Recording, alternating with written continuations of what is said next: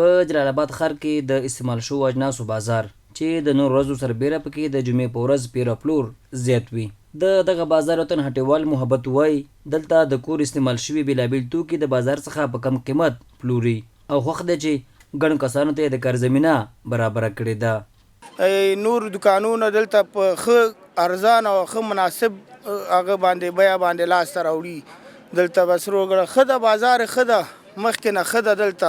او په دې کوڅه کې اوس مثال که 22 دکانه دي، دې 22 دکانه کې هر یو شاګرد 2 شاګرده لري. دلته داسې ووایه چې ټول 50 کوره 80 کوره د دې هغه نه ناپقه جګوي.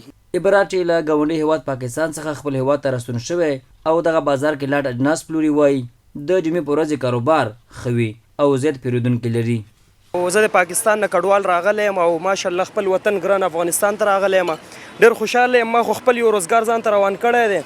دا یو جمعه بازار غوندې ځای دی، د پیاده روي ده. موږ دلته خپل کاروبار روان کړی دی او شکر دی ښه برابر یو. د جمعې په ورځ دلته هر قسم لاټ سامانونه هم خرڅېږي. د ویش والا سامان، خارجي سامانونه هم دلته راوړي دي او ډېر په ارزانه او مناسبه بیه باندې خرڅوو. بل ورته حضرت بلال چې دغه بازار ته د کور بېلابېلو توکو د اخیستو په موخه راغلی وایي دغه بازار کې د جمعې په ورځ ګڼه ګوڼه زیاته وي او د کور بېلابېل توکي پکې په ارزانه بیه پیدا کیږي.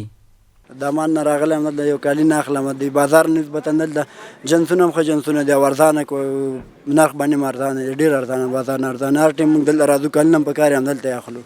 سید الله چې دغه بازار ته د کالي نه اخیستو په موخه راغلی وایي د ښار د نورو هټیو په پرتله په دغه بازار کې توکو بیې ښې دي. دلته راغلی یم چې دلته پردې واخلم او دې بازار کې هر شیان ترلاسه کولی شو. موږ لکه اوتو شو او بخاریانې شوې، قالینې شوې، پردې شوې، توشکې شوې او همدارنګه بالښتونه او کمپلې او بړستنې د بازار نه په مناسب بیه دلته موږ ته پیدا کېږي، میلاویږي. د یادونې وړ ده چې په هیواد کې د استعمال شوو توکو پیر پلور تاریخي مخینه لري چې په بېلابېلو ولایتونو کې د استعمال شوو توکو د پیر پلور بازارونه ترسره کیږي.